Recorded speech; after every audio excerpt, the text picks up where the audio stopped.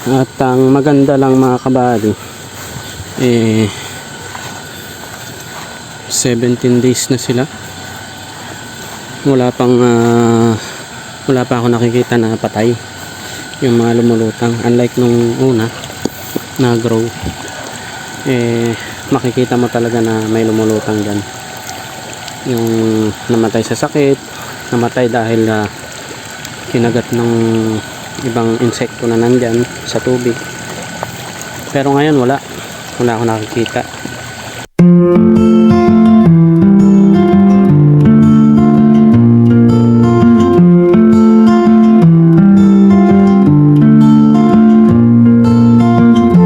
Good day mga kabady, 9:40 na ng umaga.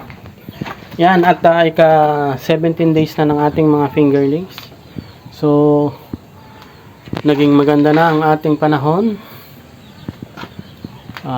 Bughaw na yung ating langit ngayon. May mga ulap pero hindi yung mga ulap na nagdadala ng ulan mga kabady. So prepare na tayo magpakain. Tara, samahan niyo ako mga kabady. Start na.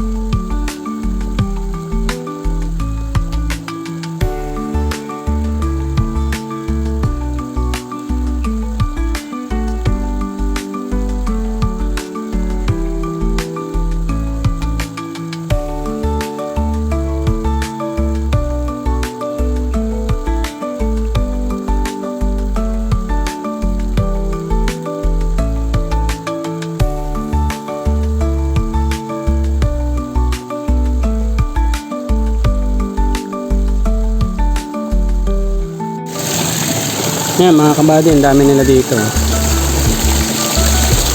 Nandito sila sa malapit sa nahuhulog na tubig. Pero doon tayo sa dati magpapakain.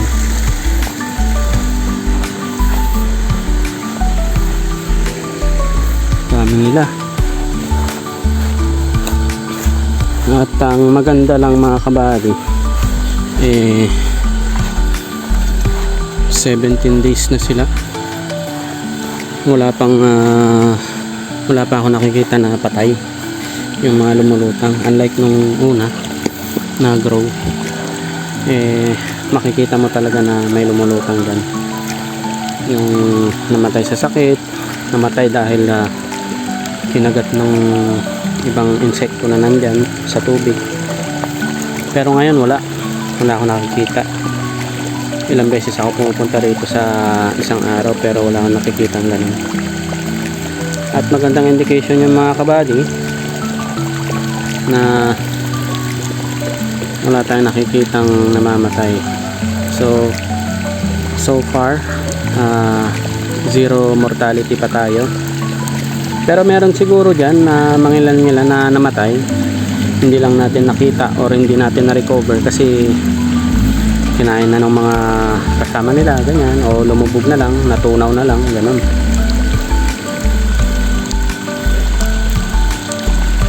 Ang dami nila dito mga kabady. Tsaka ang ganda ng panahon niya mga kabady. Ayan, blue sky. Ayan, paikot. Sobrang init naman ngayon mga kabady. Tapos na ang ulan-ulan, puro araw naman, at sobrang init. Pero mas okay ito mga kabady kasi kapag ganitong panahon ay nakakapagpakain tayo. Pero kagabi mga kabady, magdamag, umulan. Simula ng mga alas 7 or alas 8 yun, hanggang madaling araw na yata umuulan. Pero pagdating ng umaga, yan, ang kuwan na ng sikat ng araw kagad.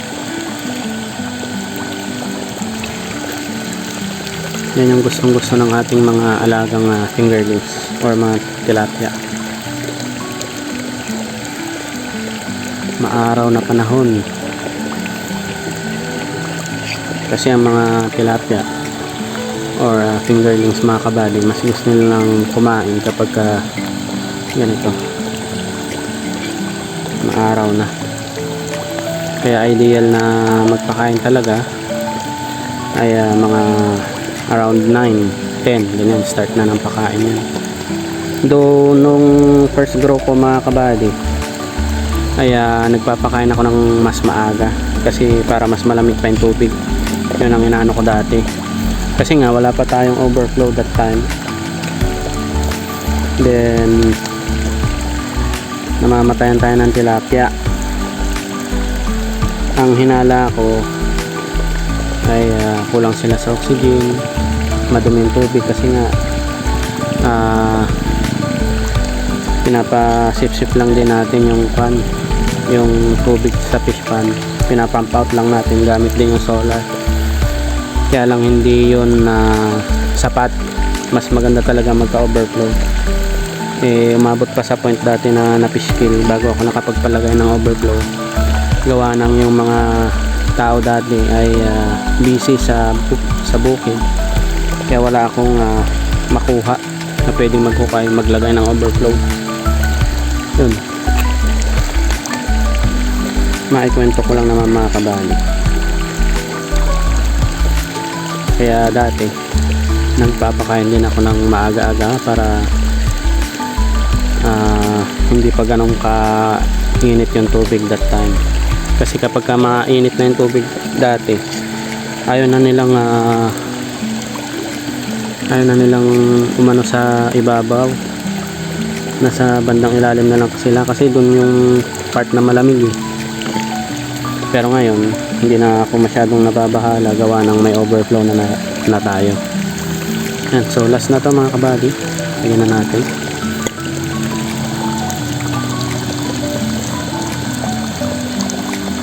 Pero sabi ko nga, hindi tayo expert mga kabady, isa lang po akong baguhan sa pagtitilapia. So lahat tinatry ko, sinusubukan ko dati na kung anong oras maganda magpakain, ganyan, kung anong dapat gawin, ganyan. So unti-unti nakukuha natin hanggang sa yun, naging okay naman, naging successful din naman tayo kahit paano sa ating unang grow. Kaya kung ano yung mga maganda nung first grow, yan ang ina-apply natin dito. Tapos syempre hindi natin kinakalimutan yung mga bad experience natin kasi yun yung bagay para iwasan natin yun. Hindi natin dapat kalimutan din yung mga yan. So bali nga pala mga kabady, Fry Booster 3 na yung pinapakain natin at nagdagdag na rin pala ako 450 na yung ating pinapakain per pakain yan mga kabady yan. So parang bitin pa rin, ano, ayaw nilang umalis dito sa tapat ko. Kitang-kita nyo naman ang dami nila mula dyan hanggang dun. Paikot-ikot lang sila sa tapat ko at sila ay nanghihingi pa. Pero tama na muna yon, mamayang tanghali na lang ulit. Sana ay magtuloy-tuloy na yung ganitong magandang weather para nang sa ganun ay makapagpakompleto tayo lagi ng pakain. Napaka-importante kasi na kompleto sila sa pakain mga kabady, hindi dahil sa yun ang required na gawin natin, pero Hindi naman yan sila kasi lalaki kung hindi tayo magpapakain ng sapat. Yan.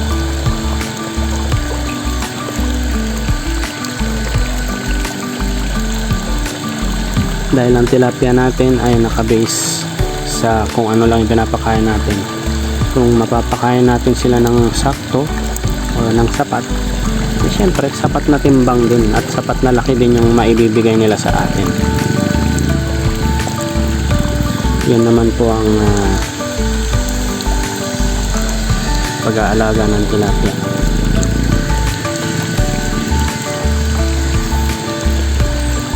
Kasi pag binenta naman natin to, eh, tinitignan nila yung laki at timbang. Hindi naman po yung ayun, talagang total yung itsura ng tilapia. Pero syempre kapag may defect, hindi kinukuha yan ng buyer, mga kabady. Kasi hindi rin naman yun kukunin ng mga susuplayan nila kung sakali. Ibabalik din yun sa kanila.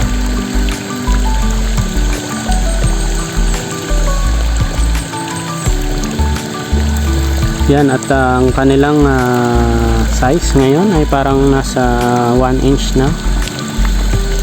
Yung iba mga nasa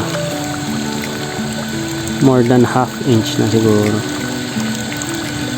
And almost magkakalaki naman sila, mga kabady. Kung sa video parang maliliit lang sila, pero sa personal mga nasa ganun na yung mga size nila, mga kabady.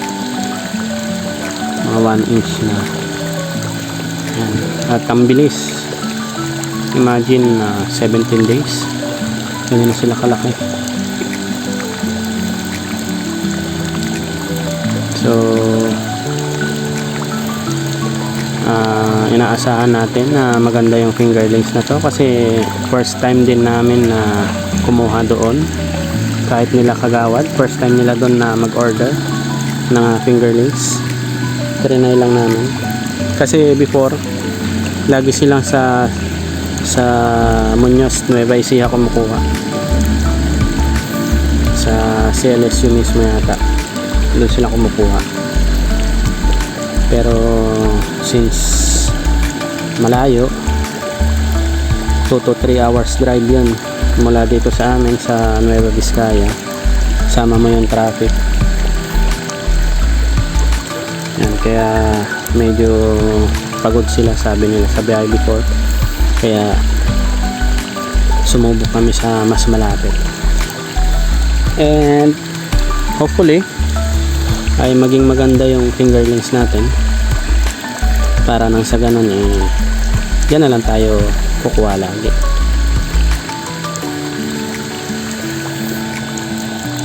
Yan, so tapos na tayo magpakain, mga kabady. Update ko na lang ulit kayo mamaya kung magpapakain na ulit tayo ng tanghali. Update tayo, mga kabady. Pasado alas 2 na. At tayo po ay magpapakain na. Gawa ng maitim ang ulap dito sa part ng Cordillera. Tignan nyo, mga kabady. Yan, oh, maitim na ulap. Though may araw, pero baka bigla-biglang bumagsak. Kaya magpapakain na tayo, mga kabady. Start na, mga kabady.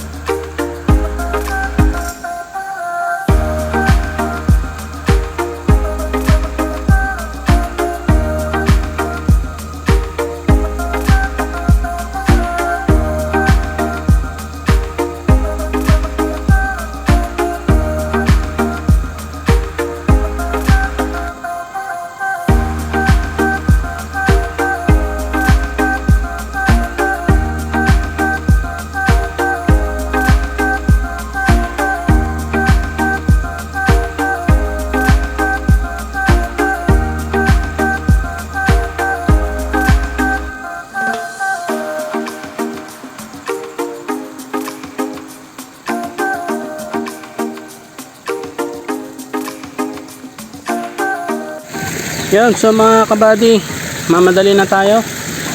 Baka bigla nang umulan. Ayan, umitim na umitim yung langit. Sana ay mamaya na umulan. Ayan, dito na lang tayo malapit sa overflow natin.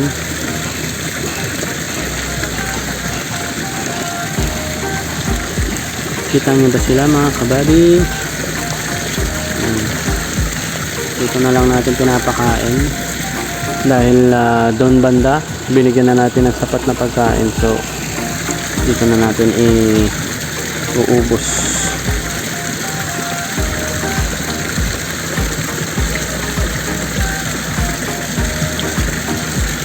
Grabe ang galaw ng tubig mga kabady,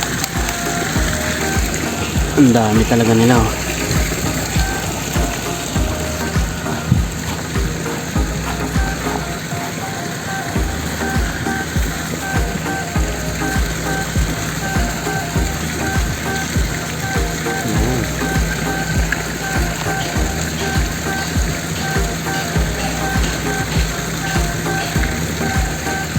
Konti na lang to mga kabady, ilalahat na natin.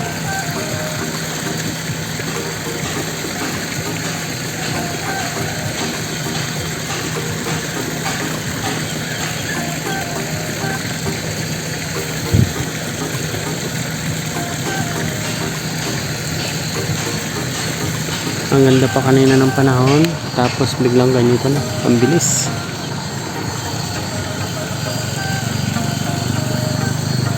Parang alas 4 na. Pero alas 2 pasado pa lang mga kabady.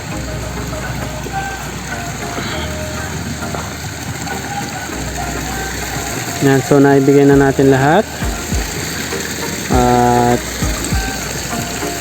tignan na lang natin mamaya kung tayo po ay makakapagpakain ulit or bukas na lang ulit. Yan, di po tayo sigurado kasi kumulimlim na naman. Grabe talaga yung tubig doon, oh. Napakagalaw ng tubig mga kabady. Maliliit pa lang yan, oh. Pero kapag nag-isang ganito mga to, sigurado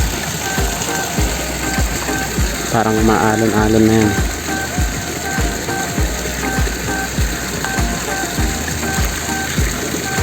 Pero okay lang kung araw-araw naman natin sisundihan yung ating solar, ay maka-flash out yung mga dumi-dumi, tapos magkakaroon sila ng sapat na dissolved oxygen.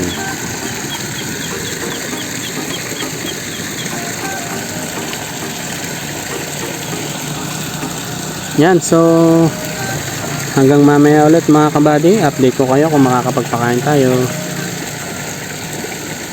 Update tayo mga kabady. 4:25 pa lang ng hapon, pero sobrang dilim na, gawa ng ang itim na ulap po niya, no? Kanina umuulan na. Yan, so ngayon ay hindi na naman tayo makakapagpakain. Bali 2 beses lang ulit tayo nakapagpakain ngayong araw, gawa ng hindi natin alam kung biglang bumagsak yung ulan na yan. Ayan, no? Sobrang itim. Kaya ngayon bali 2 beses lang nakakain ulit ang ating mga tilapia. Yan, so update ko na lang ulit kayo or bukas na lang mga kabady. Hindi na talaga ako magpapakain ngayon, gawa ng ganyan naman yung panahon. Yan, so salamat, bukas na lang ulit.